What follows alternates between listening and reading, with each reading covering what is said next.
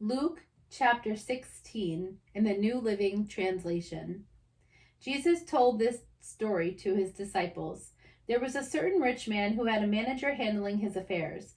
One day a report came that the manager was wasting his employer's money. So the employer called him in and said, "What's this I hear about you? Get your report in order, because you're about to be fired." The manager thought to himself, "Now what? My boss has fired me. I don't have the strength to dig ditches. I'm too proud to beg, as I know I have to ensure that I'll have plenty of friends and give me a home when I'm fired." So he invited each person who owed money to his employer to come to discuss the situation. He asked the first one, "How much do you owe him?" The man replied, "I owe him 800 gallons of olive oil." So the manager told him, "Take the bill and quickly change it to 400 gallons. "And how much do you owe the employer?" he asked the next man. "I owe him 1,000 bushels of wheat," was the reply. Here, the manager said, "Take the bill and change it to 800 bushels. The rich man had to admire the dishonest rascal for being so shrewd. And it is true that the children of this world are more shrewd in dealing with the world around them than are the children of the light. Here's the lesson: use your worldly resources to benefit others and make friends. Then, when your possessions are gone, they will welcome you to an eternal home.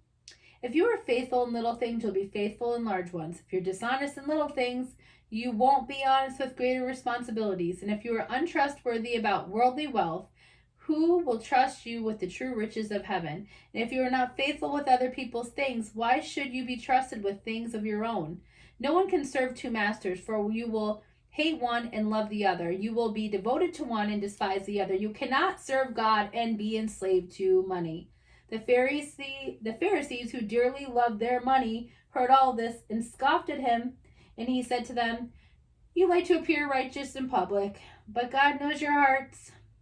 What the world honors is detestable in the sight of God.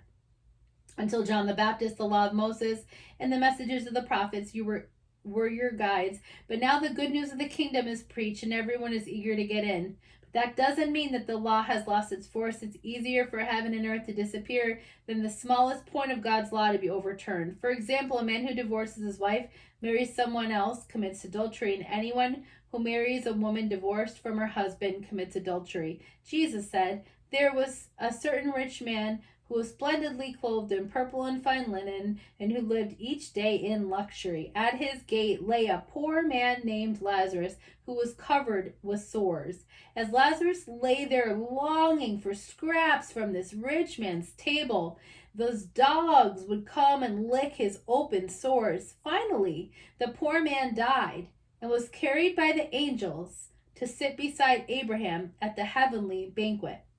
The rich man also died, and he was buried and went to the place of the dead. There in torment, he saw Abraham in the far distance with Lazarus at his side. The rich man shouted, "Father Abraham, have some pity. Send Lazarus over here to dip the tip of his finger in water and cool my tongue. I'm in anguish in these flames." But Abraham said to him, "Son, remember that during your lifetime you had everything you wanted, and Lazarus had nothing. So now he is here being comforted, and you are in anguish. Besides, there is a great chasm separating us. No one can cross over to you from here, and no one can cross over to us from there." Then the rich man said, "Please, Father Abraham, at least send him to my father's home, for I have 5 brothers, and I want him to warn them so they don't end up in this place of torment." But Abraham said, "Moses and the prophets have warned them. Your brothers can read what they wrote." The rich man replied, "No, Father Abraham, but if someone is sent to them from the dead, then they will repent of their sins and turn back to God." But Abraham said, "If they won't listen to Moses and the prophets, they won't be persuaded, even if someone raises from the dead."